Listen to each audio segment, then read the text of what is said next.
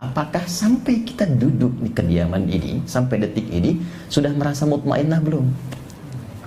Jangan-jangan sampai malam ini belum ada ketenangan itu, sehingga ketika dipanggil pulang atau diingatkan pun masih belum siap atau gelisah.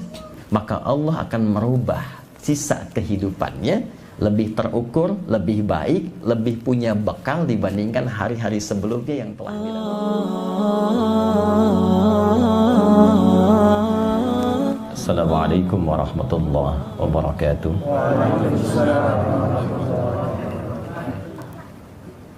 Alhamdulillahilladzi ikhtara al-Islam dina thumma istafa Muhammadan sallallahu alaihi wasallam syamsan lidinihi wa rashida fa asbaha takwinuhu dinan syamsudina wa rashida fa salawatullahi alaihi wa salamuhu tam wa ala alihi wa sahbihi wa dhurriyyatihi wa ummatihi ila yaumiddin wa ba'd. Faya ahbab Allah wa ahbab rasulih sallallahu alaihi wasallam, usi nafsi wa iyyakum bi taqwallahi faqad fazal muttaqun fala tamutunna illa wa antum muslimun. Faqala ta'ala ya ayyuhalladzina amanu taqullaha haqqa tuqatih wa la tamutunna illa wa antum muslimun. Yang kami hormati, kami muliakan, dan semoga senantiasa dirahmati oleh Allah Subhanahu wa taala. Guru kami, guru kita semua, Profesor Dr. Din Syamsuddin serta ibu dan keluarga. Semoga kediaman ini dan seluruh aktivitas beliau senantiasa mendapatkan taufik dan rahmat Allah Subhanahu wa taala. Guru kami, guru kita semua, Profesor Rias Rashid, semoga senantiasa diberikan kesehatan, kekuatan, dan kemampuan terbaik dalam memberikan pencerahan dan bimbingan pada kita semua. Hadirin sekalian, dan saya harus juga mengkhususkan pada qari kita Mas Mustafa yang tadi telah membacakan dua surah terpisah, surah ke-59 Al-Hasyr ayat ke-18 dan Quran surah ke-16 An-Nahl ayat 97. Intinya adalah kita diberikan pendahuluan untuk senantiasa memetakan dan mengevaluasi kehidupan kita, apakah sudah memiliki bekal terbaik sampai dengan kita kembali kepada Allah Subhanahu wa taala. Setidaknya sampai malam ini sebagai persiapan pulang menuju Allah Subhanahu wa taala. Karena ghad pada lafaz itu wal tanzur nafsum ma qaddamat li ghad, itu maksudnya adalah hari kiamat. Sampai kembali kepada Allah. Kata nafas itu diksi yang dipilih langsung oleh Allah dalam firman-Nya di Al-Quran untuk menggambarkan kondisi roh yang sudah memiliki amal. Jadi roh itu saat masuk ke dalam tubuh kita usia 4 bulan. Quran surah ke-15 ayat ke-28 sampai 29. Wa idh qala rabbuka lil malaikati inni khaliqun bashara min salsalin min hama'in masnun fa idza sawaituhu wa nafakhtu fihi min ruhi. Jadi roh itu masuk, ditiupkan, itu berbentuk roh. Ya, belum ada amal. Nanti menyatu dengan bagian tubuh secara fisikal. Prosesnya berlangsung nanti dalam hadis Nabi riwayat Abdullah bin Mas'ud radhiyallahu taala anhu yang dikutip oleh Al-Imam An-Nawawi dalam Al-Arba'innya dari 42 hadis di hadis yang keempat. Ya, Nabi Abdurrahman Abdullah bin Mas'ud radhiyallahu taala anhu qala ya qala Rasulullah sallallahu alaihi wasallam wa huwa shadiqul masduq inna ahadakum yajma'u fi batni ummihi 40 yawman nutfah thumma yakunu mithla dhalika 'alaqa thumma yakunu mithla dhalika mudghah thumma yursalu ilayhi al-malak fayanfukhu fihi ar-ruh. Ada proses yang terjadi dalam proses kelahiran setiap hamba Allah. Setiap kita akan berproses dulu di rahim ibundanya. 40 hari pertama itu proses nanti antara spermatozoa dan ovum. 40 hari kedua berbentuk alaqah, zigot yang boleh menempel di dinding rahim. 40 hari ketiga berbentuk mudghah. 120 hari usia 4 bulan diutus malaikat untuk meniupkan roh dengan izin Allah. Nah, nanti terjadi dialog ya untuk persaksian kita syahadat pertama di dalam kandungan. Itu ada di Quran surah ke-7 Al-A'raf di ayat ke-172. Wa idz akhadha rabbuka min bani adama min zuhurihim dzurriyyatahum wa ashhadahum, jelas kalimatnya. Wa ashhadahum ala anfusihim alastu bi rabbikum qalu bala syahidna. Nah, jadi rohnya masuk. roh saat nanti menyatu dengan fisik, maka mulai membimbing fisik kita nanti untuk beraktivitas. Nah, segala aktivitas yang dikerjakan oleh fisik itu yang disebut dengan amal. Maka amal itu nanti yang dibawa pulang oleh roh. Ketika roh sudah mendapati amal, berubah namanya menjadi nafas. Dan nafas itu yang pulang. Jadi antara masuk dengan pulang itu beda. Masuk belum ada amal, keluar ada amal. Karena itulah panggilannya saat dipanggil roh itu pulang, itu menggunakan nafas, bukan roh lagi. Quran surah ketiga Ali Imran ayat 185. Kullu nafsin dha'iqatul maut. Bukan kullu rohin. Kullu nafs. Nah, nanti yang ditugaskan malakul maut. Quran surah ke-32 ayat yang ke-11. Qul yatawaffakum malakul mautil ladzi wukkila bikum. Nah, kalau amalnya bagus, amal bagus itu amal yang baik yang dinilai langsung oleh Allah sebagai kebaikan. Setiap kebaikan yang disepakati dibenarkan oleh Allah disebut soleh namanya. Maka disebutlah dari sini amal soleh. Orang yang banyak amal solehnya akan memberikan ketenangan kepada jiwanya. Karena itu hal pertama yang dihasilkan dari seseorang ketika beramal soleh itu ketenangan jiwa. Itu dulu. Kalau kita sholat kan tenang ya, baca Quran tenang, ya kan? Berdoa tenang. Jadi semua bentuk amal soleh itu dampak awalnya menghasilkan ketenangan. Semua jenis amal soleh di Quran disebut dengan zikir. Sholat itu zikir. Quran surah ke-20 Taha ayat ke-14. Wa aqimis sholata lidzikri. Baca Quran itu zikir. Quran surah ke-15 ayat 9. Inna nahnu nazzalna dzikra wa inna lahu lahafizun. Berdoa itu zikir. Makanya kan kalau punya persoalan, ya alih-alih bikin status yang tidak jelas di media sosial itu, ya, yang tidak mengentaskan persoalan, lebih enak berdoa kan? Nah, bukankah saat berdoa itu seketika ada ketenangan ya? Nah, karena itu doa disebut dengan zikir. Quran surah ke-7 Al-A'raf ayat 205. Wadhkur rabbaka fi nafsika tadarruan wa khifatan wa dunal jahri minal qaul. Kita pasca salat ya, assalamualaikum warahmatullahi, assalamualaikum warahmatullahi. Zikir kan? Nah, zikir itu kan ketika diucapkan memberikan ketenangan pada jiwa kan? Itu Quran surah ke-4 ayat 103. Fa idza qadaitumus sholata, maka jika telah Anda tuntas mengerjakan salat untuk menambah ketenangan itu fadhkurullaha, segera berzikir. Apa fungsi zikir? Quran surah ke-13 ayat ke-28. Ala bidzikrillahi tatma'innul qulub. Itma'anna yatma'innu. Sifatnya disebut dengan tumanina. Karena itu dalam zikir ada tumanina. Bukankah dalam salat ada tumanina?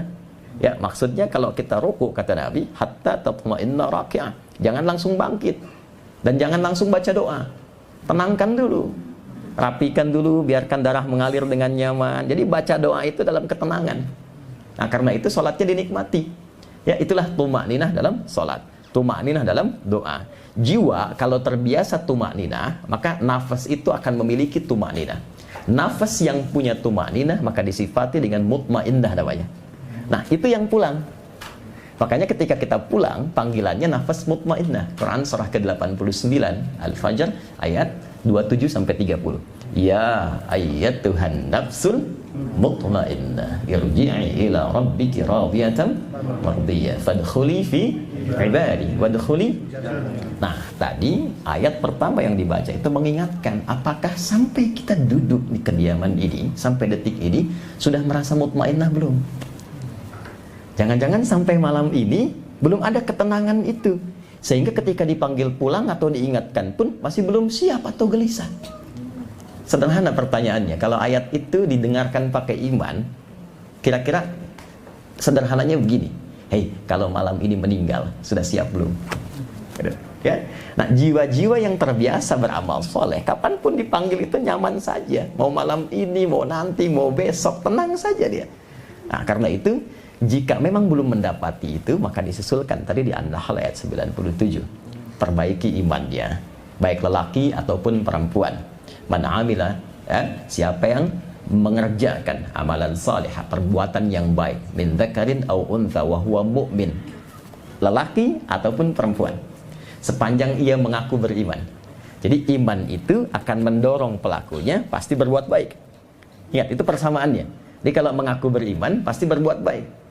Maka apa yang terjadi? Kata Allah, kalau Anda memutuskan merubah diri sejak detik ini, mengambil bacaan Quran tadi, maka Allah akan merubah sisa kehidupannya lebih terukur, lebih baik, lebih punya bekal dibandingkan hari-hari sebelumnya yang telah dilalui. Itulah falanuhyiyannahu hayatan thayyibah. Jadi hayatan thayyibah itu mencakup banyak hal. Rizkinya lebih berkualitas dibanding sebelumnya. Memang sebelumnya mungkin kelihatan dapat banyak, tapi berkah tidak. Apakah rizki itu mendekatkan kita kepada Allah? Ada kualitas dalam rizki itu? Atau jangan-jangan bertambah, tapi maksiatnya pun nambah juga? Ya? Nah, coba dicek, apakah pakaian yang sudah dikenakan sekarang sudah banyak digunakan untuk ibadah? Jangan-jangan nambah koleksi pakaian yang sudah ada pun belum pernah dipakai sholat. Itu sepedanya tuh yang pernah dipakai dari subuh, ya, mulai olahraga, berangkat, sudah pernah dipakai ke masjid belum? Itu dihisab. Sepeda belum pernah dipakai ibadah, sudah minta motor. Motor belum pernah dipakai ke taklim, sudah minta mobil. Ya? Nah, itu sudah mendapatkan kebaikan belum di situ? Karena itulah kalimat thayyib ketika disebutkan pertama dalam Al-Quran, itu bersanding dengan kata halal, dibuka dengan huruf ya, dikuatkan dengan ayyuha, lalu objeknya menggunakan nas. Itu di Quran surah kedua Al-Baqarah ayat 168. Ya ayyuhan nasu. Ya disebutkan sebanyak 361 kali dalam Al-Quran untuk memanggil semua objek dengan semua jarak, baik dekat, menengah, ataupun jauh. Ayyuha disebutkan 150 kali dalam Al-Quran. Ayyunya berfungsi menguatkan munada, ha-nya menegaskan, mengingatkan tanbih. Jadi ketika Allah mengatakan, hei semua manusia, dimanapun kau merasa berada, merasa dekat, menengah, atau jauh dari aku ingatkan ya, aku tegaskan ya, selama berkehidupan, silahkan bertebaran di bumi. Jadi apapun, kulu mimma fil ardi, silahkan mencari penghidupan. Minimal kan kita katakan mencari sesuap nasi ya, walaupun yang dicari kan kendaraan juga, rumah juga, kan? Silahkan bertebar, silahkan. Tapi halalan thayyibah. Apa itu halal? Halal itu yang tidak ada problem di dalam pandangan Allah Subhanahu wa taala. Kalau itu bisa kita hasilkan, maka semua kegiatan kita itu berubah namanya menjadi hasanah. Hasanah. Hasanah itu setiap perbuatan baik yang punya nilai di sisi Allah. Ya, bukan hanya sholat. Ya, sholat itu disebut hasanah. Quran surah ke-11 ayat 114. Aqimis sholata tarafain nahar wa zulafan minal lail innal hasanat. Jadi setiap kita sholat, kalau diniatkan karena Allah, ada poinnya. Ya, tapi bukan hanya ibadah ritual. Merawat anak, ya, kemudian saling menyayangi suami istri, meniatkan pekerjaan karena Allah, itu punya nilai. Setiap dikerjakan satu aktivitas, nilainya 10. Quran surah ke-6 ayat 160. Ini nggak apa-apa ya kita Quran hadis ya. Quran surah ke-6 Al-An'am ayat 160. Man jaa'a bil hasanati falahu asyru amsalihha. Nah, ngitungnya tuh bukan begini. 1, 2, 3, terlalu sedikit. Menghitungnya dalam hitungan Allah tuh 1 ke 2-nya 500 tahun. 2 ke 3-nya 500 tahun. 3 ke 4-nya 500 tahun. Nanti setiap poin hasanah itu 1 ke 2, 2 ke 3, 3 ke 4 namanya ajrun. Ajrun, lahum ajrun ghairu mamnun, ya. Quran misalnya surah At-Tin, surah ke-95 itu, ya. Nah, nanti itu akan dikonfirmasi di akhirat. Itu yang kita sebut pahala. Ya, ini nggak akan ikut. Jadi pakaian yang kita kenakan nggak akan ikut. Tapi nilai, value yang melekat pada pakaian yang dikerjakan amal soleh, itu yang ikut berupa pahala. Nah, itu nanti ditampakkan saat sakaratul maut, plus saat kembali kepada Allah di akhirat. Hasanah di dunia dikonfirmasi di akhirat. Karena itu kita sering berdoa supaya kegiatan dunia kita menjadi hasanah, supaya di akhirat ditampakkan hasanahnya. Maka muncul kalimat doa kita, Rabbana atina fid dunya hasanah wa fil akhirati hasanah wa qina adzabannar. Itu ada di Al-Baqarah ayat 201. Nah, itulah sebetulnya gambaran kehidupan bekal kita yang diisyaratkan di 2 ayat tadi untuk kita siapkan sampai malam ini. Apakah perbuatannya sudah jadi hasanah atau belum? Ataukah kalau kita diwafatkan sudah punya bekal yang siap untuk kembali atau belum? Kalau merasa belum cukup bekal, maka cukupkan. Kalau merasa yang kemarin itu banyak yang kurang, maka evaluasi. Jadikan sisa hidup lebih baik daripada sebelumnya, sehingga kapanpun kembali, maka kita lebih bernilai di hadapan Allah Subhanahu wa ta'ala. Nah, itu mukaddimahnya dari apa yang dibacakan tadi. Kita belum mulai ya materi. Kalau saya tadi diminta Bang Din tadi terangkan itu dulu. Peci ini bagian dari pengamalan wa amma bi ni'mati rabbika hadis. Jadi saya tuh kalau Allah anugerahkan sesuatu lewat hamba manapun, izin Bang Din, jadi langsung saya kenakan. Dan itu akan membahagiakan orang yang memberi, sekaligus juga saya gunakan pertama kali untuk ibadah dulu. Apapun itu, ini baru saya kenakan hari ini batik ini juga. Jadi dari ujung kepala sampai ujung kaki saya tidak ada yang beli.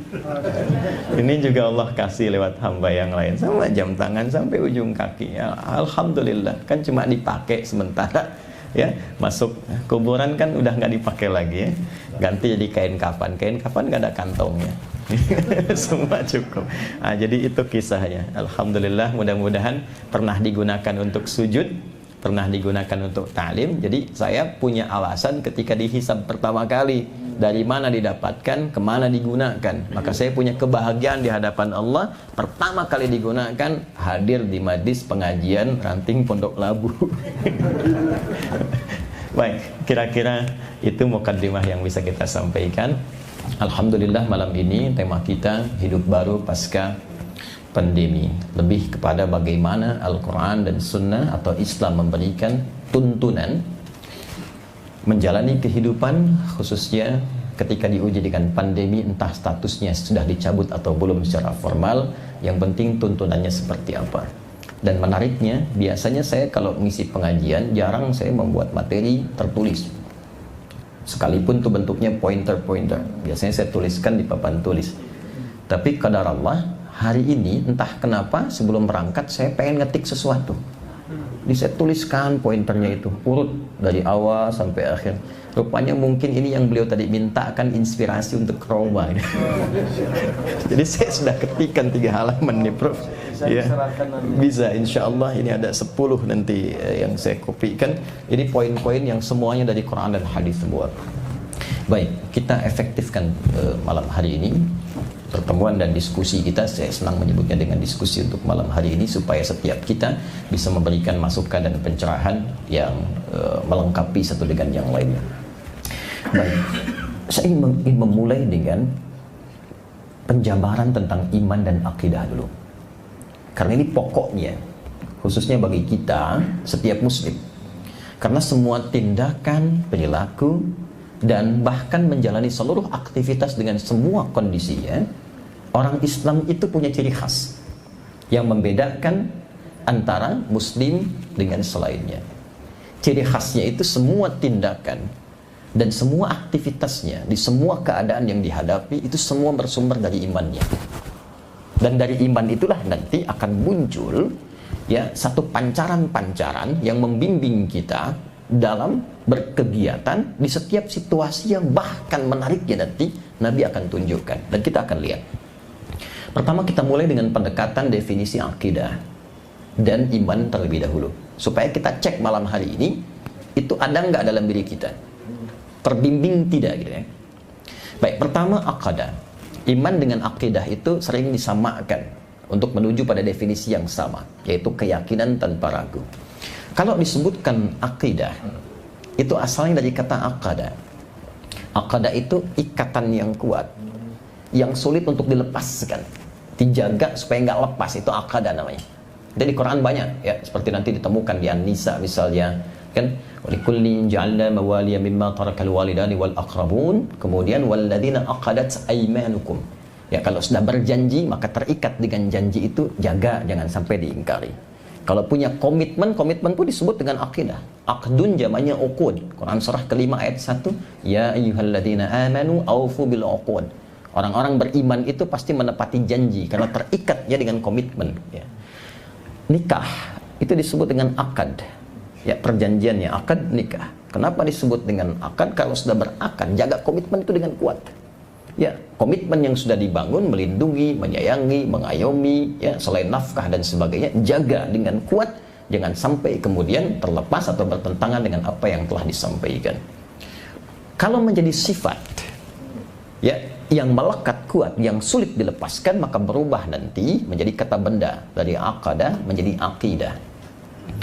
Iman itu disifati dengan akidah, seakan-akan memberi kesan kepada kita, kalau sudah beriman, ikat dalam jiwa, jangan sampai lepas, ikat di sini. Ya, tanamkan dalam jiwa kita, jangan sampai lepas. Itu yang dimaksudkan Quran surah ketiga Al-Imran ayat 102, dan selalu diingatkan oleh Nabi umumnya saat pengajian, bahkan nanti menjadi wasiat utama di khutbah Jumat. Ya ayyuhalladzina amanu taqullaha haqqa tuqatih wa la tamutunna illa wa antum muslimun. Nah, kalau iman itu sudah ada di sini, lekat ke dalam jiwa kita, ya, melekat kuat, nanti dia akan punya ciri khas, namanya karakter spiritual, karakter iman. Cara mengujinya begini, pertama kali, kalau kita ingin menguji ada iman nggak dalam diri kita, nanti ukuran pertamanya Quran surah ke-8 Al-Anfal di ayat yang kedua. Innamal mu'minuna. Ya, kalau sudah ada kata innama berarti spesial. Yang lain nggak ada. Adatul hasri namanya. Dicukupkan pada ini saja, yang lain nggak boleh. Yang lain nggak ada, yang lain tak punya. Nah, contoh begini. Kalau zakat itu dikeluarkan pada berapa golongan? 8 ya? Oke. Boleh nggak di luar 8 itu? Baik, nggak boleh ya? Nggak boleh. Kenapa nggak boleh? Karena ayatnya dibuka dengan innama. Adatul hasri, dibatasi di golongan itu saja. Quran surah ke-9 ayat 60. Innamas shadaqatu lil fuqara wal masakin, dan seterusnya ayat. Cara menerjemahkannya, zakat itu hanya boleh dikeluarkan pada 8 golongan berikut. Di luar ini nggak boleh, nanti ada skema yang lain. Iman pun itu dibuka dengan innama. Kata Allah, innamal mu'minuna. Orang beriman itu punya ciri khusus, dan yang punya yang beriman saja. Jadi kalau belum punya iman, nggak akan bisa terkonfirmasi ciri ini. Apa itu? Ya, alladzina. Alladzina disebutkan 1080 kali dalam Al-Quran. Itu konjungsi isim mausul, tapi cakupannya luas, tanpa batas. Nah, seakan Allah itu memberikan satu kesempatan terbuka untuk semua hambanya. Semua hamba itu boleh silahkan, terbuka untuk beriman. Ya, laki-laki, perempuan, tua, muda, besar, kecil, dengan berbagai status sosial yang berbeda-beda, tidak dibedakan oleh Allah, silahkan. Semua diberi kesempatan. Jadi kalau ada yang tidak beriman, bukan Allah yang salah, manusianya yang memilih untuk tidak beriman. Jelas ya? Baik, innamal mu'minuna alladzina. Perhatikan cirinya. Kalau sudah diambil dan melekat dalam diri, itu diikat dalam jiwa, maka idza dzukirallahu wajilat qulubuhum. Ciri pertamanya, bila disebutkan nama Allah, ada konfirmasi sinyal karakter spiritual di hatinya, ada getaran. Itu konfirmasinya. Karena itu setiap hari untuk dicek, Allah sebutkan, diperdengarkan namanya 5 kali dalam sehari, di setiap pergantian waktu dalam sehari. Subuh disebutkan, ganti siang, zuhur disebutkan, masuk sore, asar disebutkan, maghrib, menjelang malam disebutkan, isya sebelum tidur disebutkan lagi, untuk mengonfirmasi masih ada nggak imannya itu. Ya, maka diperdengarkan di telinga kita. Telinga bahasa Arabnya udhun, jamaknya adzan. Bukankah dalam adzan kalimat pertama yang disebutkan Allah, Allahu Akbar, Allahu Akbar. Makanya kalau sudah ada iman, itu ada konfirmasi, ada getaran tuh, ada karakter spiritual. Allahu Akbar, Allahu Akbar. Pernah nggak merasakan sudah adzan? Ada pernah begitu? Nah, itu khas. Jadi kalau belum punya iman, nggak bisa itu konfirmasi itu ada. Ini suara apa ya? Nah, itu ya. Wah, ini bising nih, tawanya kekencengan ya. Nah, itu dipertanyakan ya. Nah, ini kalau belum punya iman wajar, tak usah marah. Kalau belum punya iman, kalau mengaku beriman, ada babnya di Quran ada. Yang justru menyoal, nanti ada babnya lagi, yang menunjukkan imannya dalam persoalan. Perlu kita bantu supaya persoalannya tuntas. Nah, jadi ini poinnya. Nanti kalau sudah ada konfirmasi, itu disebut dengan karakter spiritual. Nah, dia akan menjadi cahaya yang menuntun semua bagian tubuh kita bersikap dan bertindak. Kalau dia masuk ke dalam akal kita, maka dia akan memberikan cahaya berwujud karakter intelektual. Jangan salah, orang beriman itu kalau benar imannya dan dilatih sinyalnya kuat, dia akan membimbing akalnya sehingga menguat intelektualitasnya dan menjadi dia manusia yang pintar dengan akalnya. Itu nanti konsepsinya ada di Quran surah kedua, di surah Al-Baqarah di akhir ayat 282, ya, wattaqullaha wa yu'allimukumullah. Anda tingkatkan takwamu kepada Allah. Takwa itu pancaran iman. Karena itu setiap ada kalimat takwa, ada kalimat iman. Dzalikal kitabu la raiba fihi hudal lil muttaqin. Siapa muttaqin? Ayat 3-nya. Alladzina yu'minuna bil ghaib. Iman dulu. Kita puasa di Ramadan dibuka dengan iman. Ya ayyuhalladzina amanu kutiba alaikumus siyam. Ditutup dengan kalimat la'allakum tattaqun. Jadi wattaqullah, sepanjang Anda menguatkan iman dengan meningkatkan takwa, kata Allah, saya berikan pancaran bimbingan dari iman itu masuk ke dalam otakmu, ke akalmu, dibimbing engkau untuk mudah mencerna segala hal. Dan nanti itu akan ditinggikan di Quran surah ke-58 ayat 11. Yarfa'illahu alladhina amanu minkum walladhina utul ilma darajat. Makanya, maaf, orang beriman tuh pasti pintar. Tidak ada yang tidak pintar. Dan kalau kita mau riset, jujur meriset, silahkan cek orang-orang hebat di masa lalu, entah itu fokusnya dalam bidang agama, syariat, Al-Imam Syafi'i, Al-Imam Ahmad bin Hanbal, sebelumnya Imam Malik, Imam Abu Hanifah, apalagi ke sahabat, itu rata-rata mereka memulai dengan meningkatkan ketaatan ritual dulu, aspeknya spiritual. Ya, atau Al-Kindi, Al-Farabi, Al-Ghazali, Ibn Sina, ya, siapa lagi misalnya yang lain, Al-Khawarizmi, semua kalau kita lihat biografinya, mereka memulai dengan imannya dulu. Rata-rata di usia dini sudah hafal Quran. Dan izin Prof, saya mendapatkan riset itu orang Maghrib Maroko yang tinggal lama di London, di Inggris, meriset ternyata orang yang menghafal Quran dengan benar itu disimpulkan bisa meningkatkan kecerdasannya 3 kali lipat dari manusia biasa. Karena dari dini dia sudah melatih dirinya dengan lebih dari 52.000 kosakata. Terus, sehingga mudah mencerna dan menerima yang lain. Makanya ulama besar kita yang menemukan kimia Jabir bin Hayyan, yang menemukan prototipe pesawat terbang misalnya Ibnu Firnas, itu rata-rata hafal Quran di usia dini, 9-10 tahun. Ya. Lalu melatih sholatnya, setelah itu ilmu apapun cepat. Itulah karakter intelektual. Ya. Dan saya sarankan saat sekarang kalau ada anak, cucu misalnya, sekarang eranya era Quran Pak, Bu. Eranya era Quran. Jadi kalau kita mulai dari pendekatan itu, tapi iman ya, babnya ya. Iman itu harus yakin, jangan ragu. Jadi kalau ada ragunya nggak akan dapat itu. Kemudian dilanjutkan dengan cepat. Iman itu pun nanti kalau ditembuskan ke bagian tubuh kita secara fisikal, maka akan membimbing seluruh aktivitas kita sehingga melahirkan apa yang disebut dengan karakter moral. Itu yang disebut dengan akhlak namanya. Dari karakter moral ini muncul karakter kinerja. Diatur. Jadi orang beriman tuh begini, dari ujung kepala sampai ujung kaki tidak pernah dia bertindak kecuali dibimbing oleh cahaya imannya. Jadi kalau kita riset ayat-ayat Quran yang berbicara tentang fungsi tubuh kita, hampir setiap menyebutkan fungsi tubuh itu selalu dimulai dengan imannya terlebih dulu, baru fungsinya. Contoh saya tanya, Bu, Ibu, apa fungsi mata? Melihat, baik. Kalau cuma melihat, kambing pun melihat. Elang melihat. Mata elang lebih tajam daripada kita kan? Elang di atas tuh lihat anak ayam kelihatan. Kita udah naik, anak sendiri nggak tampak ya. Baik. Tapi ingat, mata elang setajam-tajamnya tidak dihisab, mata kita dihisab. Dan kita ini saat tercipta, ingat, kita ini makhluk mulia, melebihi kemuliaan jin bahkan malaikat, apalagi hewan. Karena makhluk mulia, maka Allah menjaga kehormatan semua bagian tubuh kita untuk selalu berada di jalur yang mulia. Itu nanti ada di Quran surah ke-17 ayat ke-70. Walaqad karramna bani Adam. Pakai lam dan qad. Lamnya, ingat, litaukid, qadnya litahqiq. Lamnya menguatkan, qadnya menjamin. Kata Allah, hei, aku tegaskan ya, semua manusia aku cipta bukan hanya fisiknya, aku lekatkan pada fungsi fisik itu semua harus mulia. Makanya muncul hukum haram. Haram itu dari kata hormat. Kenapa muncul hukum haram? Untuk menjaga kehormatan manusia supaya tidak merendahkan dirinya di hadapan Allah yang seharusnya bersikap mulia. Maka turunlah Quran surah Cahaya misal, Quran surah ke-24 ayat 30 untuk laki-laki, ayat 31 untuk perempuan. Ini baru mata. Baru mata. Qul. Itu perintahnya tuh. Qul lil mu'minina, Muhammad SAW viralkan.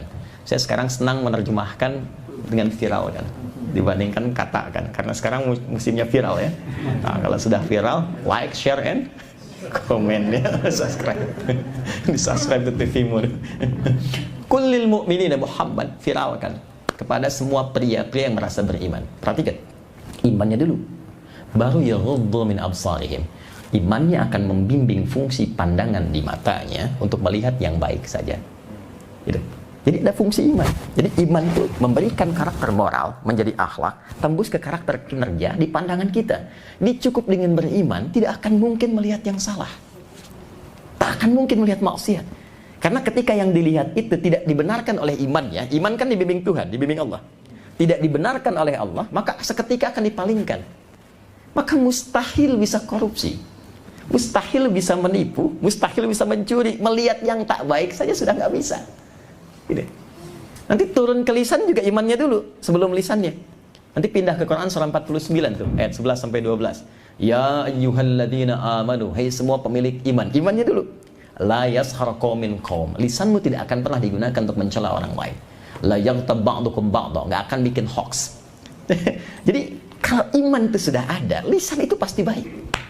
Kata Nabi, man kana yu'minu billahi wal yaumil akhir falyakul khairan aw liyasmut. Ya, siapa yang merasa beriman pada Allah dan hari akhir dan yakin akan dihisab, lisannya pasti akan dituturkan pada yang baik. Itu dari ujung kepala ke mata, turun ke lisan, ya sampai ke ujung kaki. Makanya ketika dia melihat sesuatu yang tak baik, itu bisa kompak lisan dan mata tuh bersamaan. Anda pengen lihat ceramah di YouTube, tapi yang muncul gambar yang tak bagus, iklan yang aneh gitu kan. Nah, itu seketika nggak usah diminta lagi, berpaling begini. Dan lisannya cepat. Quran surah ketiga ayat 133, wasari'u ila maghfirah, ada istighfar tuh, astagfirullah. Ya. Dan itu nggak ada yang terlambat, nggak ada lisannya istighfar, matanya nggak berpaling, astagfirullah. Nggak bagus, itu nggak ada, cepat itu. Nanti kalau sudah terbiasa, itu semua kegiatannya yang tadi dikerjakan, itulah ibadah namanya. Orang yang beribadah namanya abdun, jamanya ibad. Nanti kalau sudah jadi ibad, dipuji oleh Allah sampai langkah kakinya. Turunlah surah Al-Furqan itu. Wa ibadur rahmanil ladzina yamshuna 'alal ardi hauna wa idza khatabahumul jahiluna qalu salama. Jadi idealnya insan beriman itu pasti setiap pikiran, setiap pemikirannya, setiap rasanya, tindakannya semua akan terkontrol oleh imannya sehingga pasti jadi baik. Nah, untuk menjadi baik ini, maka Nabi ditugaskan oleh Allah. Ini poinnya. Ditugaskan oleh Allah untuk menerangkan bagaimana melatih iman itu dan menjalani kehidupan dari yang paling sederhana sampai yang paling kompleks, menghadapinya seperti apa. Sehingga semua kegiatan itu dibimbing oleh iman, sekaligus melatih supaya sinyalnya kuat. Maka inilah yang menyebabkan setiap kegiatan kita, dari mulai bangun tidur sampai tidur lagi, pasti ada bimbingan imannya yang diformalkan melalui doa. Kalau Bapak Ibu mau cek dan jujur untuk membuktikan dan menguatkan keyakinan kita bahwa Islam ini benar, bukan rekayasa Nabi Muhammad, tapi langsung agama yang dibenarkan oleh Allah dan bisa kita komparasikan dengan keyakinan manapun yang ada di muka bumi. Hanya di Islam yang semua kegiatannya dari bangun tidur sampai tidur lagi pasti ditemukan doa di dalamnya. Dan setiap kegiatan doanya nggak sama, beda. Bangun tidur ada doanya? Halo, apa doanya? Alhamdulillahilladzi ahyana ba'dama amatana wa ilaihin. Bahkan dibimbing cara bangunnya. Anda buka Sunan Abu Daud nomor hadis 1367 dari Ibnu Abbas radhiyallahu taala anhuma. Ibnu Abbas itu anak kecil, dari kecil ya, usia 3-4 tahun ya, itu sangat cinta dengan Nabi karena ayahnya selalu mendekatkan di majlis Nabi. Singkatnya, satu saat ingin melihat cara bangun tidur malamnya Nabi dan sholat malamnya Nabi, maka menginaplah di rumah bibinya Sayyidah Maimunah, tidur di samping Nabi. Maka apa yang disampaikan beliau dikutip oleh Imam Abu Daud ya, As-Sijistani. Beliau namanya Sulaiman As-Sijistani. Cuman saking hafalnya banyak hadis sampai menyebut hadis itu lunak sekali lisannya. Ini sahih, ini dhaif, ini begini, sampai orang mengatakan begini. Kata Ibnu Qayyim Al-Jauziyah, kalau dulu ada Nabi Daud bisa melunakkan besi dengan tangannya, ini bisa melunakkan hadis dengan lisannya. Maka disebutlah Abu Daud. Ya. Oh. Nomor hadis 1367. Ya, paling kanan di pertengahan, agak ke pojok kiri sedikit tuh. Ya, ada 2 bab begini. Apa yang disampaikan kata beliau? Kana Nabiyyu sallallahu alaihi wasallam idza istayqadha min naumihi fajalasa. Thumma masaha bi yadihi min athari naumih. Ya, faqara khawatim surah Ali Imran. Adalah kebiasaan Nabi sallallahu alaihi wasallam kalau bangun dari tidur duduk terlebih dahulu. Lalu menghilangkan bekas kantuknya. Jadi hilangkan dulu ngantuknya, bukan langsung baca doa. Baru bangun, alhamdulillah udah begini-begini ya, bangun jam 3, sadar jam 5 kan. Hilangkan dulu ngantuknya ya, supaya kita membaca doa itu dengan penuh kesadaran ya, ada kenyamanan saat baca itu. Lalu baca ya 11 ayat terakhir surah Ali Imran. Itu nanti ada maknanya itu. Ada maknanya. Itu sudah bikin pintar sendiri tuh. Jadi ulul albab sendiri. Jadi kita itu baru bangun sudah disuruh pintar.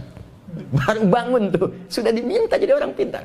Ya, dari ayat 190 sampai ayat 200. Baru kemudian nanti thumma dhahaba ila syunnin mu'allaqah. Di riwayat lain di Al-Bukhari nomor hadis 181 dari Jundub bin Junadah dan Abu Dzar Al-Ghifari, Nabi membacakan doa alhamdulillahilladzi ahyana ba'dama amatana wa ilaihin nusyur.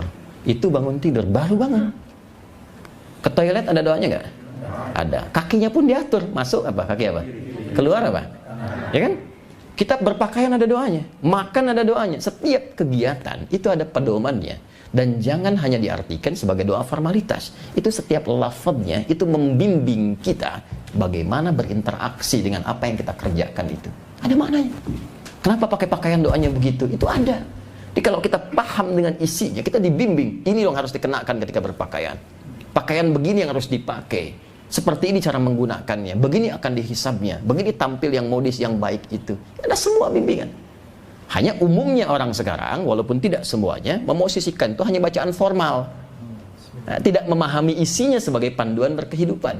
Karena itu paling minimal kata Nabi, kalau belum paham itu, minimal sertakan nama Allah, sehingga tidak hilang keberkahannya. Maka muncullah hadis kullu amrin dzibalin la yubda'u fihi bi bismillahirrahmanirrahim fahuwa abtar. Minimal ucapkan bismillahirrahmanirrahim. Apa kaitan dengan tema kita? Yang kecil aja diatur, apalagi yang kompleks. Gitu. Berikan penguatan kepada insan beriman di era Nabi. Nabi diberikan petunjuk oleh Allah. Ini yang akan dialami dalam berkehidupan. Ini pergantian masa tuh akan begini. Bahkan ada kalanya Allah ingin menguatkan keyakinan insan beriman supaya nggak ada ragu sedikit pun dengan memberikan pencerahan satu kejadian yang akan terjadi di masa depan, kisi-kisinya diberikan. Seperti misalnya pembukaan kota Mekah yang dibuka dengan damai, nggak ada pertempuran. Turun surah An-Nasr. Ya, idza jaa nasrullahi wal fath. Ya, itu kan turun sebelum terjadinya Fathu Mekah kan. Maka semua semakin semangat. Romawi ditaklukkan. Termasuk apa yang terjadi? Nabi pun memberikan tanabbu'at, berita-berita yang dibimbing oleh Allah. Nanti Mesir akan ditaklukkan. Ya, saya sih kalau nanti ada teman-teman di institusi pemerintahan atau di para politisi dan sebagainya, itu mesti belajar itu, yang muslim itu. Saya riset itu ada nanti bab-babnya sendiri itu. Itu kalau bisa dipelajari, diamalkan, itu Masya Allah. Jadi orang-orang yang paling bermartabat dan bermaslahat dimanapun dia ditempatkan itu. Ya, maka Nabi sampaikan kalau nanti Mesir ditaklukkan, maka hormati hak-hak rakyatnya, termasuk yang Qibti, yang non-Muslim di sini. Jangan sampai hilang rasa keadilan bagi mereka. Itu ada. Nabi menyampaikan jauh-jauh sebelum ya para sahabat bisa melakukan itu. Kata Nabi, Mesir akan ditaklukkan. Apalagi ini saya sudah sampaikan di catatan saya, nanti bisa dilihat. Kata Nabi lagi, nanti Romawi dan Persia itu akan hancur imperiumnya, plus kekaisarannya, dan gak akan balik. Disampaikan oleh beliau. Lalu apa lagi? Umar nanti akan syahid. Setelah Umar syahid akan terbuka ada beberapa persoalan, pintu-pintu fitnah. Nanti Hudzaifah al-Yamani hadisnya. Utsman akan syahid, akan diuji dengan banyak sekali ujian-ujian, tapi berhasil dan masuk surga. Apalagi yang disampaikan Nabi? Di antaranya yang paling menarik adalah tentang wabah dan pandemi. Itu sudah ada. Dan itu dialog yang terjadi dengan istri beliau tercinta Sayyidah Aisyah radhiyallahu taala anha. Saking dahsyatnya tentang bab ini, Al-Imam Ahmad bin Hanbal sampai menulis kitab, ya, satu kitab, dan di isi kitabnya itu ada bab khusus tentang wabah, tentang pandemi ini. Ya, itu nama kitabnya Al-Fathur Rabbani fi Tartibil Musnad Ahmad ibnu Hanbal Asy-Syaibani. Ya, itu lengkap sekali. Kalau terjadi wabah, ini yang harus dilakukan. Ya, kalau nanti ada terjadi di satu tempat, yang di dalam situ jangan keluar, yang di luar jangan masuk. Baru itu aja kan? Babnya banyak itu. Ya, saya waktu terjadi itu, Prof, izinnya kita intens sekali. Saya mendatangi dua pihak yang paling utama untuk berdiskusi. Pertama, sewaktu masih Jakarta masih epicentrum, dan saya riset itu karena kami cinta Quran dan hadis, dan saya sangat meyakini tanpa ragu saya. Ini gitu, kalau ada peristiwa begini, kalau ada peristiwa, oh ini pasti nih ada solusinya di Quran, ada di hadis. Nggak mungkin ada kejadian kalau Allah nggak tetapkan dan nggak ada solusi. Nah, maka kalau Allah tetapkan, solusinya harus dari Allah kan? Maka kita cari di Quran, cari di hadis. Maka yang saya datangi pertama kali karena epicentrumnya di Jakarta, dulu Pak Anies masih jadi gubernur. 19 Maret 2020. Ya, saya selesai riset 18 Maret plus itu dengan tadi yang Prof Rashid sebutkan, Ya, ada satu jenis dari kostul hindi itu, ada banyak jenis tuh ya, jangan salah konsumsi itu. Ya, ya karena ada beberapa jenis, ada yang bisa meningkatkan libido, itu hati-hati itu, minum banyak pengen nikah lagi. Ada yang bisa menghilangkan sesak gitu, macam-macam. Makanya kita riset variannya, baru kemudian nanti itu disesuaikan dosisnya dan nanti jadi solusi tersendiri. 19 Maret itu saya ke Balai Kota. Saya diterima oleh beliau setengah 10, telat sedikit karena hadir di acara Mata Najwa. Beliau pakai jaket Persija, temani 3 orang, satu pakai topi, duduk tengah-tengah Usama, satu lagi ada pakai kacamata itu. Saya sampaikan dengan bagannya semua. Ini pandemi di Quran gini, ya hadis seperti ini. Apapun jenisnya, apapun jenis wabahnya. Ya, ini kemungkinannya. Ada kemungkinan salah dari konsumsi makanan, ada kemungkinan salah dari perilaku, ada kemungkinan rekayasa. Kalau ada rekayasa, nasabnya ke sini nih. Tuh. Itu sebelum yang Bosman Wardigu macam-macam tuh bikin video itu itu kita sudah sampaikan itu ya, sampai kekinian kan ramai kan ya, secara tinjauan politik begini, tinjauan ekonomi begini dan sebagainya. Lalu saya sampaikan solusinya apa, ini yang konsep yang kemudian dikenal dengan lockdown ya. Ini konsepnya ini yang diutarakan oleh Nabi begini. Lalu ada yang masih ingat social distancing, physical distancing, itu sudah ada, itu pemikirannya siapa ya, Amr bin As. Hadisnya ada, ini saya cantumkan di sini. Sudah ada, tenang, nanti teman-teman bisa dibagi itu. Ya, ada semua. Ini konsepsinya begini, perdebatannya begini, diskusinya seperti ini. Dan yang paling menarik, apa yang terjadi setelah itu? Dan yang paling dahsyat lagi, ini yang paling dahsyat. Di suasana apa wabah itu muncul? Di suasana apa? Karena Nabi pun memberikan gambaran perkembangan generasi manusia itu nanti akan terjadi begini, sampai berakhir kehidupan. Akhir kehidupan itu yang disebut dengan kiamat. Dan ada tanda-tandanya, ada pertengahannya, ada gerbang pembukanya, ada kejadiannya, sampai nanti puncaknya, sampai nanti berakhir kehidupan. Nah, kalau terjadi pandemi seperti wabah dan sebagainya, nanti ada juga kejadian menyertai itu. Di fase mana kita ada? Contoh, Nabi menyampaikan sallallahu alaihi wasallam, ini hadisnya sahih di Al-Bukhari, satu kali nanti akan terjadi kerumitan dalam menemukan kebenaran dan kesalahan. Sehingga yang kebenaran sulit diungkap, bukan nggak tahu itu benar. Tahu, orang tahu itu benar, tapi sulit diungkap. Dan orang tahu itu salah, tapi rasanya kesulitan menetapkan itu sebagai sebuah kesalahan. Dan yang paling dahsyat, salah bisa benar, benar bisa salah. Padahal orang tahu itu mana yang benar, mana yang salah. Terjadi nggak? Halo? Dengan nama ta'aqubul khairi wasyarri. Saya sebutkan di sini, nanti ada hadisnya ya. Dan apalagi munculnya orang-orang aneh ya, dan dai-dai palsu ya. Orang aneh itu begini, orang yang tidak punya kompetensi di bidang agama tapi bicara masalah agama. Ada banyak ya. Baik. Jadi semua berfatwa gitu. Yang kan nggak boleh mau praktek tuh nggak boleh harusnya kan. Dokter mata ngobatin mata kan, nggak boleh ngobatin jantung ya. Nah, ini saya kadang-kadang suka bingung Prof itu ya. Izin. Jadi kalau ekonom aja ini haknya itu. Ya, kalau masalah politik politisi itu. Tapi kalau masalah agama semua kasih fatwa gitu. Yang ekonom, yang ini, yang itu, semua bicara. Tapi yang dahsyat itu di hadis Muslim nanti. Hadis nomor 11 bab muqaddimah sampai dengan 12, Nabi menyampaikan sallallahu alaihi wasallam, ya hadis sayati ya zamanun, di riwayat lain unasun, akan tiba satu masa sekelompok orang yuhadditsunakum, hati-hati, akan memberikan kepada kalian materi-materi atau beretorika atau menyampaikan apapun, tapi kalimatnya bima lam tasma'uhu wa la yasma'unahu aba'ukum, yang akan membuat kalian kaget ya. Jangankan kalian, orang dulu pun yang dengar itu bisa ikutan kaget juga. Jadi Abu Jahal pun kalau dengar ikut kaget juga itu. Oke, saya tanya begini. Tapi menariknya begini, nanti di Quran kalau kita lihat ciri-cirinya, itu orang retorikanya cantik, kalimatnya menarik, logikanya bagus, sehingga seperti meyakinkan. Itu ada di Al-Baqarah ayat 204 nih. Wa minan nasi may yu'jibuka qawluhu fil hayatid dunya wa yashhadullaha 'ala ma fi qalbihi wa huwa aladul khisam. Kadang-kadang katanya kata-katanya menarik dan dia pakai dalil, dipotong-potong ayat tuh. Enggak disempurnakan. Dia potong sini, potong situ, seakan memberikan pencerahan padahal sifatnya merusak. Dan itu paling bahaya. Ya, paling bahaya kata Quran. Nah, pernah dengar ini enggak? Pernah dengar? Semua agama sama, menuju pada Tuhan yang sama. Cuman caranya beda-beda. Pernah dengar itu enggak? Itu kalau Abu Jahal dengar itu dulu, itu bisa kaget juga tuh.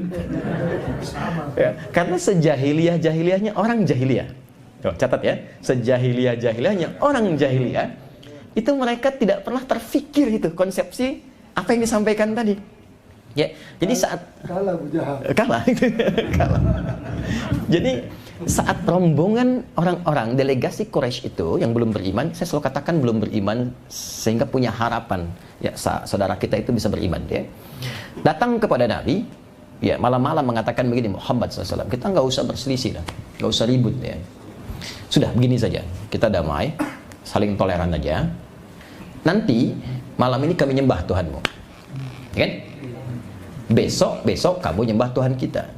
Tapi lihat kalimatnya, kita memang beda. Tapi jangan sampai perbedaan ini membuat kita berselisih. Udah, malam ini kami nyembah Tuhanmu, besok kau nyembah Tuhan kita. Jadi jahiliyah pun masih menetapkan kita beda. Ya. Dan mengakui ada perbedaan dalam keyakinan. Makanya nanti turun ayat surah Al-Kafirun itu, ya.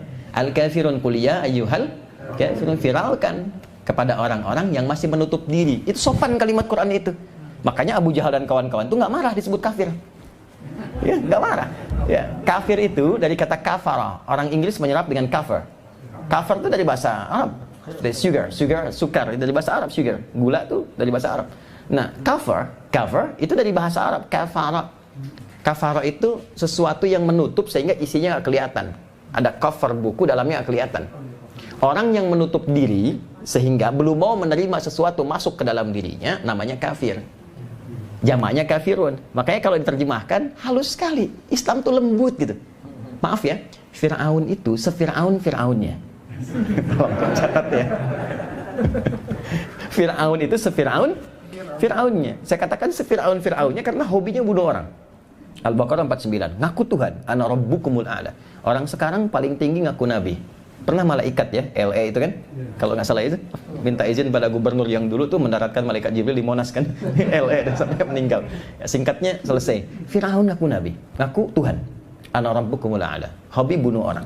Sifat keras. Tapi Fir'aunnya tetap kelembutan itu lahir. Allah menunjukkan keadilannya mengutus dua orang nabi sekaligus, Musa dan Harun. Quran surah 20, legasi tertinggi yang menjadi contoh bagi kita para dai, ayat 43 sampai 44. Tadi kan kalimatnya, idhaba ila fir'auna innahu tagha. Musa dan Harun pergilah ke Firaun untuk mengingatkan dia yang mulai menyimpang dari kewenangannya. Jadi Musa dan Harun itu ditugaskan bukan untuk menurunkan Firaun dari status raja, tapi meluruskan kewenangannya yang mulai berbelok, ya, menggunakan kedudukannya untuk sesuatu yang tidak tepat, bantu dia untuk kembali. Tapi caranya, faqula lahu qawlan layyina, ingatkan dia dengan penuh kelembutan. La'allahu yatadzakkaru aw yakhsha, supaya dia dengan kelembutan itu mungkin akan ada kesadaran. Cuma sayang, kerasnya memang tetap dipertahankan. Nah, saya mau kembali ke ayat tadi, itu begitu indahnya bahasa Quran. Katakan Muhammad pada orang-orang yang masih menutup diri dari apa yang kau sampaikan kepada mereka dan belum mau dengar. Ya kan? La a'budu ma ta'budun. Kalau ingin toleran dalam masalah akidah, ada toleransi tertinggi, namanya zero tolerance. Sampai ke ujung ayatnya, lakum dinukum. Udah gini aja, memang nggak usah ribut. Cuma konsepnya jangan disalahgunakan. Kamu yang punya keyakinan, silahkan dengan keyakinanmu. Kami dengan keyakinan kami. Disitulah kita toleran, jangan saling masuk, jangan saling mencampuri. Penghormatan itu menjadikan semua bisa meyakini dan mengamalkan apa yang diyakini tanpa harus mengganggu dan ikut-ikutan ke tempat itu. Jadi kalau adzan di masjid aja, sholawatan di masjid aja, jangan pindah ke tempat lain gitu. Ya. Dan tidak ada pengakuan di orang jahiliyah, semua agama sama. Tapi ingat ya, di situ tidak pernah disebutkan di ayat kapan kejadiannya dan siapa yang mengalami. Ada konsep dalam ilmu tafsir, kalau tidak disebutkan kapan kejadian, siapa yang mengalami, maka kejadian itu potensial terjadi lagi di masa depan dengan tokoh-tokoh yang berbeda. Ya, baik. Pernah ada orang sekarang menawarkan misalnya untuk konsep ya ngajak-ngajak untuk pindah agama, pernah ada? Ya kan, Car Free Day kan karnya yang free kan, tapi tawarannya kan banyak ya. Jadi kalau ada yang ngajak-ngajak agama lain, sampaikan terima kasih, cuma Anda datang terlambat ya, 15 abad yang lalu ada seperti Anda turun ayat gitu kan, turun surah. Tapi sekarang ada hal yang lebih daripada itu. Nah, ini saya katakan ada panduan dalam Islam untuk mengatasi itu semua, tapi nyata terjadi kan ya. Jadi situasi pandemi yang kita alami diiringi juga dengan kondisi-kondisi yang kita mesti waspada. Yang ketiga apa lagi? Yang ketiga, ditemukan situasi-situasi yang sangat unik. Ya, kalau saya mau rincikan, teman-teman sekalian, Bapak dan Ibu, jadi saya buat beberapa ini, yang ini pada akhirnya kita akan dituntun bagaimana bersikap. Ya, akan dituntun bagaimana bersikap. Baik, ini saya ada rincikan dan semua hadisnya saya ambil dari hadis yang sahih semua. Jadi saya cukupkan misalnya kalaupun dari Abu Daud saya ambil yang sahihnya, saya Abu Daud ya. Tirmidzi saya ambil yang sahihnya. Baik, yang terakhir yang ingin saya tunjukkan, maaf, ada polarisasi dan perpecahan di kalangan umat Islam. Ada sekarang demikian? Ada. Jadi kalau saya tadi katakan, maaf, ya, ada orang-orang yang mulai menyampaikan paparan pemikiran mulai menyimpang. Ada dai-dai yang berfatwa ngutip-ngutip ayat Al-Quran, tapi tidak sesuai dengan petunjuk Quran dan hadisnya, hanya untuk mencari kepentingan duniawi. Ada mulai berbenturan satu dengan yang lainnya. Menariknya, bukankah ini yang dialami saat ini, bahkan dalam situasi pandemi? Nah, pertanyaannya, kalau kita mau khususkan bab pandemi, pandemi itu sudah pernah terjadi di masa lalu. Tapi yang ini belum ada. Di masa Umar sudah ada wabah, ta'un. Pandemi ada, sampai jadi endemi, sampai hilang. Tapi nggak ada perpecahan pada masa itu, belum ada. Nggak ada pemikiran seperti yang sekarang kita rasakan demikian. Tidak ada bab-bab yang tadi telah kita definisikan, telah kita jelaskan. Di situasi seperti ini, apa yang harus dilakukan? Panduannya bagaimana? Nah, ini mukaddimah yang kedua sebelum kita masuk pada isinya. Saya punya kesempatan 10-15 menit untuk menerangkan, 15 menit untuk diskusi sebelum selesai jam 9.30 ya, karena beliau akan berangkat jam 10. Jadi jelas posisinya kita? Halo? Jelas ya? Nah, jadi saya mau katakan bahwa dalam Islam itu semua komplit. Semua ada. Tinggal basicnya iman. Jadi kita harus punya keyakinan bahwa, maaf, untuk mengentaskan dan menjalani semua aktivitas kehidupan itu basicnya dari iman dulu, yakin dulu. Nanti setelah yakin panduannya apa? Itu konsepnya demikian.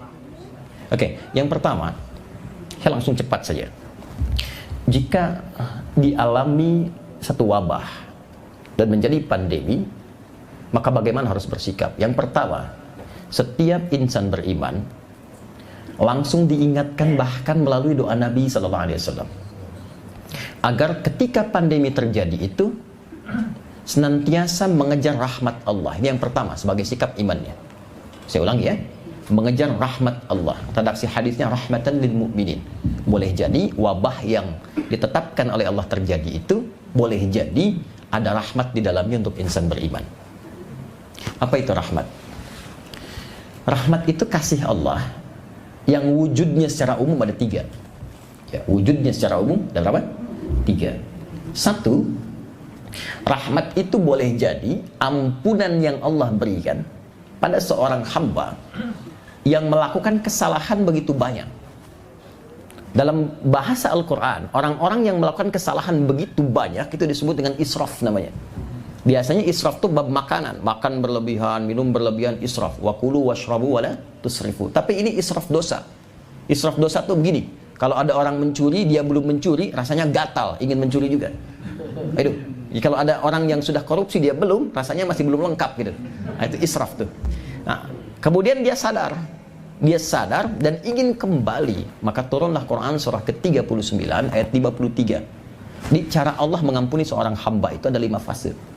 Kalau dia salah saja, belum tentu ada dosanya, maka Allah turunkan sifat al-afu namanya. Kesalahannya disebut dengan khata. Yang kedua, kalau ada dosanya, ya, misalnya salah, nggak ada dosa tuh gini. Subuh jam berapa sekarang? 4.14, 4.15, 4.13 terjadi perbedaan pendapat. Ini menunjukkan datang dari tempat yang berbeda-beda. Kita ambil pertengahan lah, 4.15 kan? Oke. Harusnya 4.15 subuh, tapi ada orang bangun jam 5.14 ditukar. Harusnya 4.15, dia bangun 5.14. Salah tidak? Dosa tidak? Belum tentu. Kalau dia terlampau lelah malamnya dan dia tidak niatkan untuk terlambat, dia tidak niatkan, cuma kadar Allah dia kesiangan. Ya, Nabi pun kan pernah kesiangan kan? Pernah. Ya, nugaskan Bilal untuk berjaga, nanti kamu bangun nih, bangunkan yang lain. Bisa ya Rasulullah, saya tiduran, nanti kita bangun. Saya bangun lebih awal. Ternyata, wah, bangunnya apa? Kena sinar matahari. Kata Nabi, wailak ya Bilal, celaka kamu Bilal. Kamu bilang bangun, ternyata ketiduran juga kan ya kan? Nah, pertanyaan, kok bisa Nabi ketiduran? Kalau ada yang begitu terjadi, dalam fikih hadis nanti diajarkan begini, sebetulnya mudah bagi Allah untuk membangunkan Nabi. Bangun lebih awal. Tapi untuk memberikan tuntunan pada umatnya yang mungkin banyak yang kesiangan. Kalau kesiangan sehingga tertinggal waktu, bagaimana fikihnya? Maka adalah solusi itu. Ya kan? Nah, tapi saya ingin katakan, apakah itu dosa? Belum tentu. Cuma tetap salah, gitu kan? Dalam konteks manusia ya, bukan Nabi, karena Nabi maksum. Baik. Maka saat salah yang belum tentu ada dosanya disebut dengan khata namanya. Ya kan? Maka lawannya afwu. Baik. Kemudian kalau ada dosanya sengaja nih tidur terlambat, sengaja kesiangan, nonton bola kan, menang, ternyata menangis kalah kan. Baik, terus ketiduran, bangun jam 5.14. Maka ada dosanya, dosa yang mengiringi perbuatan. Satu dosa namanya dzambun. Dzambun. Maka Allah pun ingin memaafkan dan mengampuni, diturunkan sifat yang kedua, ghafir namanya. Quran surah 40 ayat yang kedua itu ya, sampai dengan ketiganya, ghafiridz dzambi wa qabilit taubi. Ghafir dengan dzambun. Kalau terakumulasi sudah terlambat, ngajak orang lain, sholat kan nomor 2, nonton dulu nomor 1, gitu kan? Diajak orang lain, maka berubah, berakumulasi menjadi dzunubun. Dzunubun. Maka nanti berubah sifat Allahnya untuk mengampuni juga, dari ghafir menjadi ghaffarun. Itu ada di surah Nuh ayat ke-10, ketika umatnya Nabi Nuh berakumulasi doanya, ngancam, pengen lempar dan sebagainya, maka dia berdoa, faqultu astaghfiru rabbakum innahu kana ghaffara. Sudah dia terlambat, ngajak orang terlambat, mencela orang sholat. Itu terlampau soleh itu orang-orang itu, gitu kan? Dia celak juga. Maka pindah kalimatnya, dzunubun ma'adzulmi. Ada zalimnya. Maka diturunkan sifat yang keempat, namanya ghafurun. Ya, ala afwu, kemudian ghafir, ghafar, ghafurun. Sudah dia terlambat, ngajak orang terlambat, mencela orang yang sholat, dan juga setelah itu dia datangi, ya, dan iseng-iseng melemparinya misalnya. Maka itu israf namanya. Itu israf. Maka saat israf pun turunlah nanti surah yang 39 ayat 53. Itulah rahmat, rahimun, sifat yang kelima. Ya. Maka Allah sampaikan, qul li'ibadiyalladzina asrafu ala anfusihim la taknatu min rahmatillah. Dihimpun 5 hal ini di Al-Baqarah ayat 286. Rabbana la tu'akhidna in nasina aw akhtana. Rabbana wa la tahmil alaina isran kama hamaltahu ala alladhina min qablina. Itulah dzambun dzunubun ma'adzulmi. Rabbana wa la tuhammilna ma la taqata lana bih. Itulah israf. Wa'fu 'anna, al'afw. Waghfir lana ghafir, ghaffar, ghafur. Warhamna, rahim. Anta maulana fansurna 'alal qaumil kafirin. Jadi kalau terjadi pandemi, termasuk setelah itu selesai, cari rahmat Allah, minta ampunan, karena tidak sedikit ujian yang terjadi, bahkan berupa wabah itu mungkin diawali oleh tindakan-tindakan yang tidak tepat dari manusianya. Karena hadis pembukanya untuk wabah itu adalah, maaf, kalimatnya menggunakan adzaban lil kafirin. Pernah diturunkan wabah itu sebagai hukuman bagi orang-orang ingkar yang keterlaluan di masa lalu. Jadi ada peristiwa-peristiwa tertentu yang sudah diingatkan susah, dilarang juga tetap dipertahankan, ya, sampai diingatkan dengan potensi-potensi keburukan yang terjadi tetap dilakukan. Biasanya cara mengingatkan yang terakhir yang Allah tunjukkan dengan menurunkan hukuman berupa adab. Contoh, maaf ya, orang-orang yang berbuat liwat, homoseksual, ya, dan sebagainya, itu biasanya kalau kita riset di Quran tuh hukuman-hukumannya kalau bukan likuifasi, langsung ditelan oleh bumi itu, boom gitu, ya, atau diturunkan nanti batu-batu dan sebagainya, menghujani mereka sampai meninggal keseluruhannya, ya kan? Nah, artinya apa? Artinya ada perbuatan buruk tertentu yang sebetulnya ini membahayakan bagi kehidupan kemanusiaan, membahayakan bagi generasi, dan nggak bisa diberitahu, nggak bisa diingatkan, bahkan dibentuk hukum di situ. Maka untuk mengingatkannya bahwa ini salah, diturunkanlah kemudian musibah. Ya, tapi musibah ini nanti ada yang menimpa orang yang salah saja, tapi ada musibah tertentu juga yang akan dialami bersamaan orang yang tinggal di situ, membersamai orang-orang salah itu. Ada di lingkungan itu. Itulah yang kalau ada maksiat tertentu dilakukan, kadang-kadang turun kemudian musibah, yang musibah itu bisa mengenai bahkan orang soleh yang ada di situ. Tapi adilnya Allah memberikan jawaban kepada Nabi, kalau itu dialami oleh orang beriman, terkena bagian musibahnya, maka itu menjadi rahmat dari Allah untuk menjadikannya syahid dalam pulangnya. Gitu. Karena meninggal itu ya, kalau nggak ada itu pun meninggal juga kalau ajalnya tiba. Tapi Allah menginginkan dia pulang syahid, dan dibedakan syahidnya dengan kematian yang nestapa dengan orang maksiat itu. untuk memberikan kesan, nih yang ini aku hinakan, yang ini aku muliakan. Jadi saat Allah turunkan ketetapan, bisa mengangkat hambanya yang satu dan menghancurkan atau merendahkan hambanya yang lain yang nekat berbuat maksiat. Jelas sampai di sini? Nah, maka bagi orang-orang yang berpulang dia syahid, tapi bagi kita yang masih hidup, apakah memang dalam konteks ada pandemi pun kita terkena? Tadi Prof kena, saya juga pernah kena ya, dalam riset itu saya kena. Riset, bagaimana kita bisa meriset dan tahu kalau itu efektif kalau kita nggak kena? Jadi saya orang pertama yang menggunakan itu sebelum ke orang lain, gitu ya. Alhamdulillah, gitu. Sampai kita ngukur, saya tuh Pak ngajak teman-teman berwudu semua, timbang sendiri, bikin sendiri, import sendiri, lihat, dicek, alhamdulillah, kami bikin 1 juta dan gratis kita bagikan semua. Bahkan saya datang ke beberapa institusi, saya katakan ini untuk negara kalau negara perlu. Saya nggak butuh apapun. Karena orang Islam itu hadir memberi solusi, bukan mencari manfaat dari apa yang terjadi. Ini kami berikan, saya cuma minta satu, tolong sampaikan nanti di kemasannya kalau memang harus diberikan, disebarkan, atau bahkan dipasarkan, referensinya dari hadis Nabi, itu aja. Saya nggak minta yang lain. Alhamdulillah, semua risetnya dibawa, tapi dijual orang-orang tertentu. Kita gratis, sampai sekarang saya nggak pernah jualan. Ya, kita bikin 1 juta itu, Prof. Beliau tahu ya.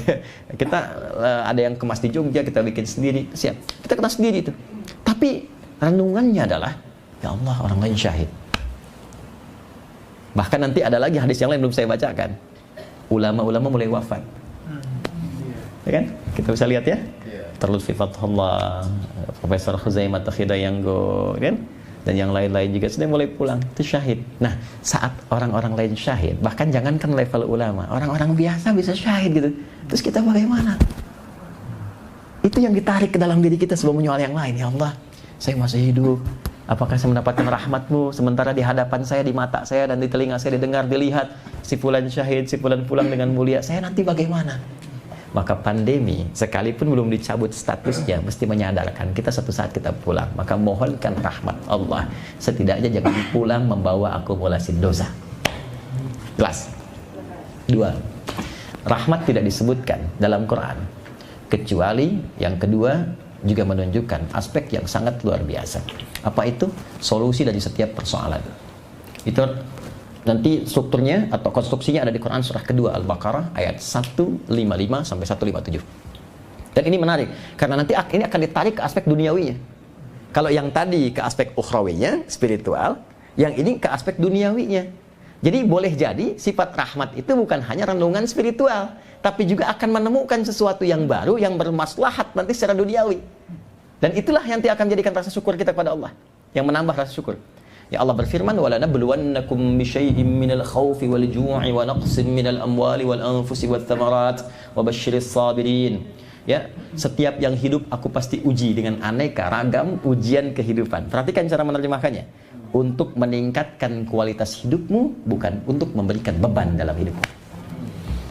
Jadi kalau sedang diuji dengan masalah itu desainnya meningkatkan kualitas hidup, bukan untuk memberikan beban. Ingat ya? Ingat itu. Nah, nanti ada ayat yang lain turunannya. Nanti kalau lain kali kita ngaji lagi, kita bisa bahas tentang rahasia di balik ujian. Nanti ada skema ayat yang lainnya. Tapi poinnya adalah jangan posisikan masalah ya sebagai beban. Justru itu ujian. Setiap ujian tuh desainnya meningkatkan kualitas kehidupan. Anak-anak kita di SD kalau nggak lewat ujian nggak akan naik SMP kan? Ya, desainnya begitu. Ini nggak ada yang diuji kecuali meningkatkan kualitas hidupnya. Apa jenisnya? Kata Allah, minal khauf, gelisah. Ya, wal ju', lapar. Ini udah gelisah, udah lapar, ya. Wa naqsi minal amwal, ada kekurangan harta. Wal anfus, ada yang sakit sampai meninggal, apapun penyebabnya. Maaf, wat thamarat, ini tolong highlight ya yang ini ya. Karena saya sering dapati terjemahan yang saya agak kurang cocok dengan itu. Di situ disebutkan dan buah-buahan. Kan? Kalau cuma buah-buahan orang nanti kesannya Allah kurang adil, yang diuji cuma tukang buah, kan? Tukang sayur enggak ya. Itu bacanya pakai kinayah itu di ilmu balaghah. Ya, maksudnya begini. Buah itu kan tumbuh dari benih, ditanam, dirawat, sampai jadi buah. Mau dipetik, mau panen besok diambil orang. Anda ikut tender, Anda yang berhasil, proyeknya diambil orang. Itulah thamarat. Ada yang begitu? Wabasyiris sabirin. Berikan kabar gembira pada orang sabar. Siapa orang sabar itu? Saya sempurnakan dulu. Alladzina idza asabathum musibah qalu inna lillahi wa inna ilaihi Orang sabar itu cirinya sederhana kata Quran. Orang yang diuji dengan apapun, mengalami apapun, dia sadar itu titipan Allah. Dan Allah punya kehendak dengan itu. Dikasih ujian pandemi, wabah, oh Allah pasti punya kehendak. Itu maksudnya. Ya, ikuti aja dulu. Karena Anda berkeluh kesah pun nggak akan menghilangkan itu. Ya, termasuk dengan jabatan. Anda dititipkan oleh Allah jabatan tertentu, itu pasti Allah punya kehendak di situ. Maka belajar bab tertentu, kitabul imarah. Belajar bagaimana menata jabatan dan menggunakannya dengan baik. Anda punya dapat titipan harta, pahami, oh ini ujian, Allah punya kehendak di balik itu. Maka belajar kitabul buyu'a, kitab tentang bisnis, ya, bagaimana mengelola harta dan sebagainya. Nah, sekarang ada pandemi terjadi, ada wabah. Nggak mungkin terjadi kalau Allah nggak berkehendak. Ada apa kehendaknya di situ? Maka salah satunya Allah menginginkan setiap hamba mendapatkan rahmat. Maka masuk ke ayat 157, ketika kita bersabar dan meniti rahmat dari situ, ulaika alaihim shalawatum mir rabbihim wa rahmah. Orang-orang yang sabar menerima itu, mengikuti kehendak Allah dan berinisiatif untuk mencari solusi dari situ atas petunjuk Allah, maka dipuji oleh Allah, diberikan rahmat. Rahmat itu yang menjadikan dia wa ulaika humul muhtadun, dapat solusi menyelesaikannya. Nah, di antara sifat rahmat di situ, tinjauannya apa? Mengentaskan kesulitan-kesulitan yang mungkin terjadi. Ya, saat pandemi ada apa saja? Ada orang kesulitan alat kesehatan. Ternyata selama ini kita kekurangan alat kesehatan. Ya kan? Kita belajar dari situ. Maka sebelum orang lain buat, ayo, masa nggak ada sih di PKU Muhammadiyah yang punya banyak itu rumah sakitnya? Apa nggak ada 1-2 orang yang berinisiasi membuat alat-alat canggih supaya kalau nanti ada situasi ke depan yang mirip sudah ada alatnya seperti itu? Apalagi perangkat-perangkat kesehatan, ya, tentang isolasi, tentang riset bagaimana pengaruh kadar garam tertentu, ya, yang dapat bisa meningkatkan kekuatan untuk mendapatkan oksigen tertentu. Ya, sehingga ada yang ke pantai, ada yang kemana. Bisa nggak ada penemuan dari situ dibikin satu alat tertentu yang kalau ada orang sesak napas nggak harus mahal-mahal dapat alatnya. Saya waktu kejadian, saya kumpulkan teman-teman, kita ada kelas Quran namanya At-Taisir Learning Center. Ada profesi-profesi tertentu kurikulumnya Quran. Izin Prof, di antara itu ada nanti kelas pebisnis, ada 400 orang dari direktur sampai tukang cukur. Saya sampaikan, ini trennya akan begini nih, masker. Itu sebelum ramai masker. Karena saya dari Jepang, saya dari Korea, saya lihat begini, coba bikin masker dari kain dulu. Itu begitu dibikin, baru sekali klik udah puluhan ribu, ratusan ribu sampai ke Rusia. Sampai ke Rusia. Di saat orang lain kesulitan dan masih naikkan harga dan sebagainya. Ya, dan apa yang terjadi pada saat itu saya bilang, ini bukan cari untung. Di saat seperti ini yang didapatkan rahmat Allah dan memberikan solusi pada yang lain. Maka apa yang terjadi? Bisa mengakomodir orang-orang di PHK di tempat lain. Kerjakan ini, ambil dari sini, tutup CSR-nya. Dan termasuk perusahaan yang tidak kolaps waktu terjadi COVID. Ini orang-orang kayaknya akan beralih nih ke transportasi ramah nih, akan sepeda. Saya minta sebagian teman-teman cari nih sepeda yang cocok, cari perangkat dan sebagainya. Maka mulai riset. Jadi tidak pernah ada peristiwa kecuali di situ ada solusi dan ada maslahat. Maka ketika kita mengalami apapun, sifat ulul albab yang beriman itu membimbing kita untuk meriset. Jiwa spiritual kita mengoreksi diri, bermuhasabah, tapi intelektual kita membaca itu sebagai peluang. Lihat ada apa di balik itu? Ada kreasi apa? Ada inovasi apa? Ya, ada faktor ekonomi apa di situ? Atau secara globalnya lihat, ada rencana apa dari luar itu? Ya, apakah ini dibuat? Karena kan wabah itu ada 3 jenisnya. Ya, ada yang direkayasa dan nasabnya ini tersambung. Ada yang kedua kemudian mohon maaf karena perilaku tadi. Ada yang ketiga karena salah makan. Ya, di hadis Muslim itu ada orang makan kelelawar berpotensi menyebarkan virus, ya, kemudian menyebar jadi wabah, ada. Nah, dan beberapa yang lainnya. Itu yang kedua rahmat. Yang ketiga adalah doa. Rahmat itu ketika Allah berikan itu untuk mengabulkan doa yang dimohonkan. Maka saya yakin sangat luar biasa. Doa itu kan turunnya ibadah kan? Bukankah saat Covid ibadahnya lebih banyak? Ya kan? Lebih banyak ke dalam, yang nggak pernah khutbah, bahkan jadi khatib Idul Fitri, ya. Khatib Idul Adha, banyak ngaji. Sudah dikasih Covid, sampai ada di rumah, belum mau ibadah juga, dengan cara apa lagi diberikan kesempatan untuk ibadah? Sudah dikasih Covid, belum mau jadi imam juga, dengan cara apa lagi mesti jadi imam? Kan? Itu poinnya. Nah, sekarang pertanyaannya, ketika kita membahas yang besar-besar, yang kecil dikerjakan dulu. Saya ambil aspek yang kedua rahmat tadi tentang pergerakan dunia. Ini saya kasih, ini rahasia ya, tapi live ya. Nggak apa-apa. Contoh begini, ini saya sertakan di sini. Nabi pernah menyampaikan begini.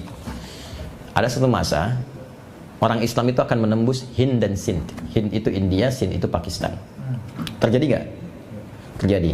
Tapi nanti ada hadis lain yang sahih, bahwa nanti ada perjuangan di ujung-ujung kehidupan. Dan itu pembuka salah satu di India. Dan garisnya yang naik apa? Akan muncul Islamofobia. Akan muncul antipati terhadap umat Islam.